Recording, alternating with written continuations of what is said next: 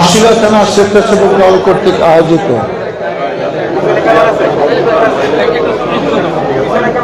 ধামসোনা ইউনিয়নের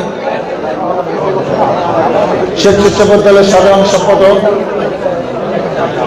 শহীদ খন্দকার মামুন বিপ্লবের আজকে এই স্মরণ সভা সভাপতি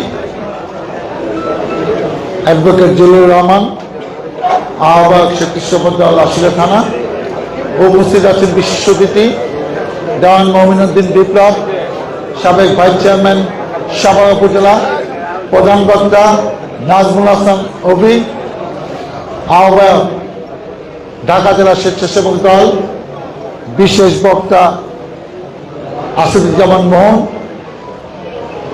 সদস্য সচিব ঢাকা জেলা স্বেচ্ছাসেবক দল, উপস্থিত ঢাকা জেলা আশুলিয়া থানা বিভিন্ন অঙ্গ সংগঠনের বিভিন্ন পর্যায়ের নেতৃবৃন্দ, উপস্থিত সুধীমণ্ডলী এবং যাদের জন্য আজকে এই আয়োজন, যে পরিবারকে কেন্দ্র করে তার সহধর্মিণী সাথী খন্দকার এবং তার বড় ভাই মেরাজ। আসসালামু আলাইকুম। আমরা অনেক বক্তার বক্তব্য শুনেছি।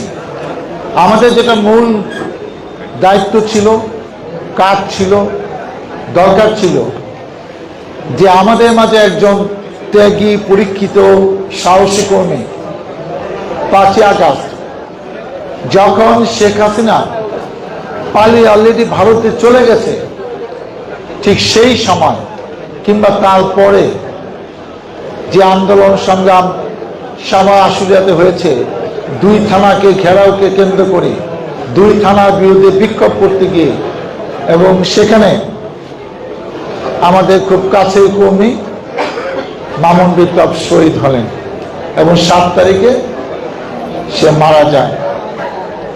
আমি প্রথমেই শ্রদ্ধা জানাই, কৃতজ্ঞতা জানাই যে 1500 ছাত্র শ্রমিক জনতা শহীদ হয়েছিলেন এই আন্দোলনে। 15,000 আহত হয়েছেন, পঙ্গু হয়েছেন, এখনো অসুস্থ আছেন, এখনো অনেকে স্বাভাবিক জীবনে ফিরে যেতে পারে নাই। তাদের পরিবারের প্রতিও আমাদের কৃতজ্ঞতা। আজকে তাদের কারণে, তাদের উসিলায় আজকে এখানে দাঁড়িয়ে আমরা কথা বলতে পারছি, প্রতিদিন ইচ্ছা করলে যে কোনো জায়গায় যেতে পারছি, আপনারা সবাই শান্তিতে বাসায় থাকতে পারছেন, নতুন করে কোনো মামলা হচ্ছে না আমাদের বিরুদ্ধে। তাদের অবদান, অতএব যাদের অবদানের কারণে আজকে বিশাল একটা সুযোগ বিএনপি পরিবার, সারা দেশবাসী, আওয়ামী লীগ যারা